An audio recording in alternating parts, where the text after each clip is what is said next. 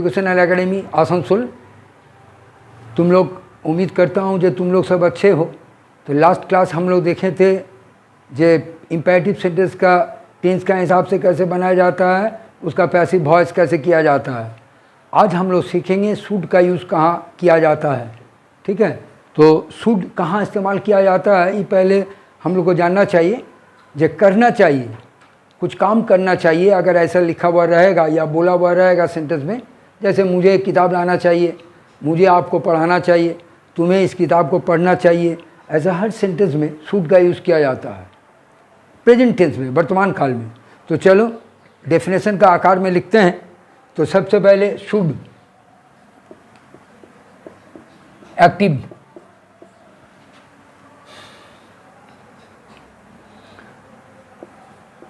वर्तमान काल में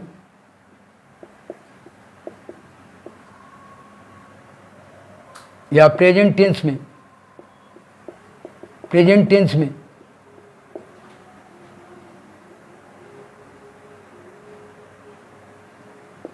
प्रेजेंट टेंस में कुछ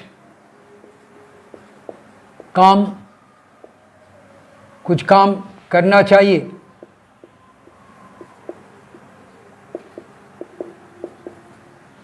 वर्तमान काल में या प्रेजेंट टेंस में कुछ काम करना चाहिए। ऐसे में शुड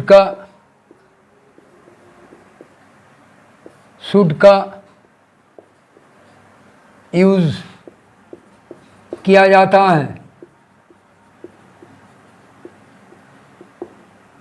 ठीक है, वर्तमान काल में या प्रेजेंट टेंस में कुछ काम करना चाहिए। ये काम करना चाहिए, इसको मार्क करो, काम करना चाहिए, कुछ काम करना चाहिए, ऐसे में शुड का यूज़ किया जाता है। हर सेंटेंस में काम करना चाहिए रहेगा। जैसे मुझे कलकत्ता जाना चाहिए, तुम्हें यहाँ खेलना चाहिए, मुझे उसको सूचित करना चाहिए, तुम्हें इस ज़मीन को बेचना चाहिए, मुझे इस ज़मीन को खरीदना चाहिए, ऐसा रहेगा।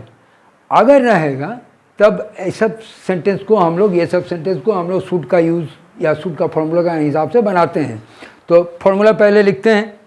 जो सबसे पहले होगा शुड सब्जेक्ट, सबसे पहले subject plus should plus verb 1 plus object, इस तरीके का अनुसार हम लोग बनाते हैं। और ये टेंस का फॉर्मूला है, लेकिन ये टेंस का फॉर्मूला है। टेंस में जब बनाएंगे हम लोग तब इस फॉर्मूला का अनुसार बनाएंगे। जैसे एक तो सेंटेंस लिखते हैं, तुम्हें एक किताब लाना चाहिए, तुम्हें एक किताब लाना चाहिए। ये जो है तुम्हें एक किताब लाना चाहिए, या इसका माने क्या है, जब लाना चाहिए माने कौन लाएगा, तुम। तो इसका मतलब है ये टेंस में है, तो सबसे पहले तुम्हें को मार्क करो और लाना चाहिए को मार्क करो। इसका इंग्लिश पहले बनाएंगे हम। लाने का इंग्लिश यहाँ लिख रहे हैं हम। लाने का इंग्लिश ब्रिंग, BRING, ब्रिंग माने लाना, बीच में brought, BROUGST, 3 number brought, BROUGST। ठीक है, तो सबसे पहले हम तुम्हें यानी यू होगा, फिर शुड होगा, यू शुड, फिर लाने का पहला रूप होगा bring, you should bring a book. अब ऑब्जेक्ट का जगह में अ बुक हो जाएगा, you should bring a book, BRING, bring a book. अगर इसे क्वेश्चन करेंगे जो क्या तुम्हें एक किताब लाना चाहिए, तो यहाँ से पहले शुड आगे लाएंगे, should you bring a book करके क्वेश्चन मार्क। इंग्लिश होगा, क्या तुम्हें एक किताब लाना चाहिए, करके क्वेश्चन मार्क। अगर बोलेंगे जो तुम्हें एक किताब नहीं लाना चाहिए, तो इस जगह में नॉट बैठा देंगे, शुड का बाद not, you should not bring, BRING, you should not bring a book.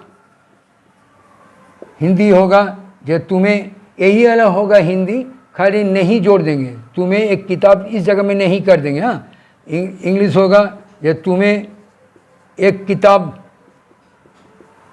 किताब नहीं लाना चाहिए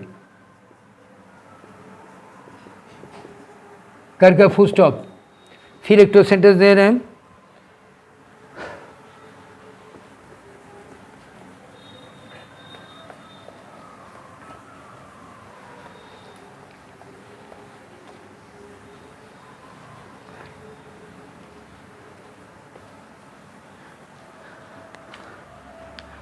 मुझे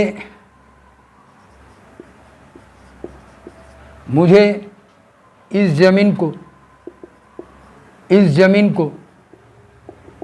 मुझे इस ज़मीन को घेरना चाहिए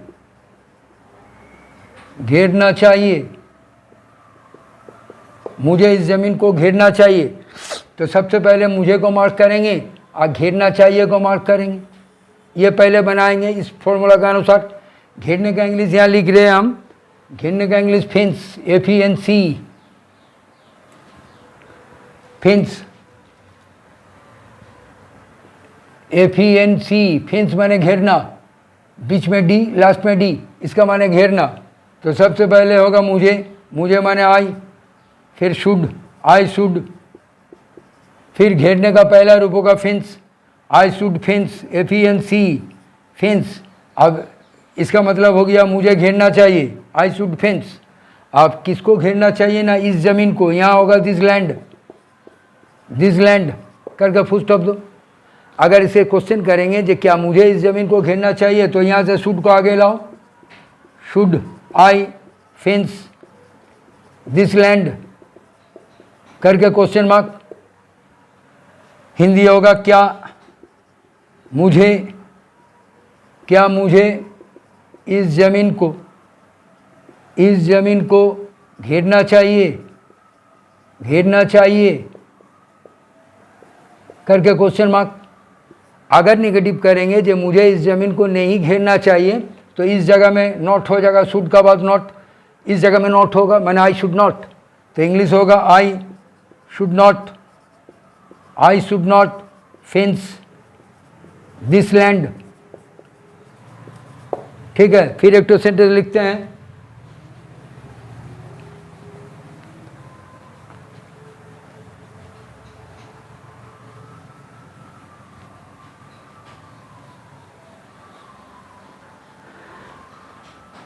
उसे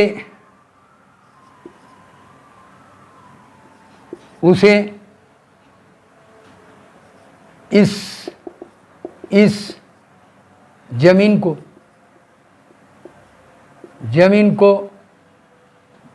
उसे इस ज़मीन को बेचना चाहिए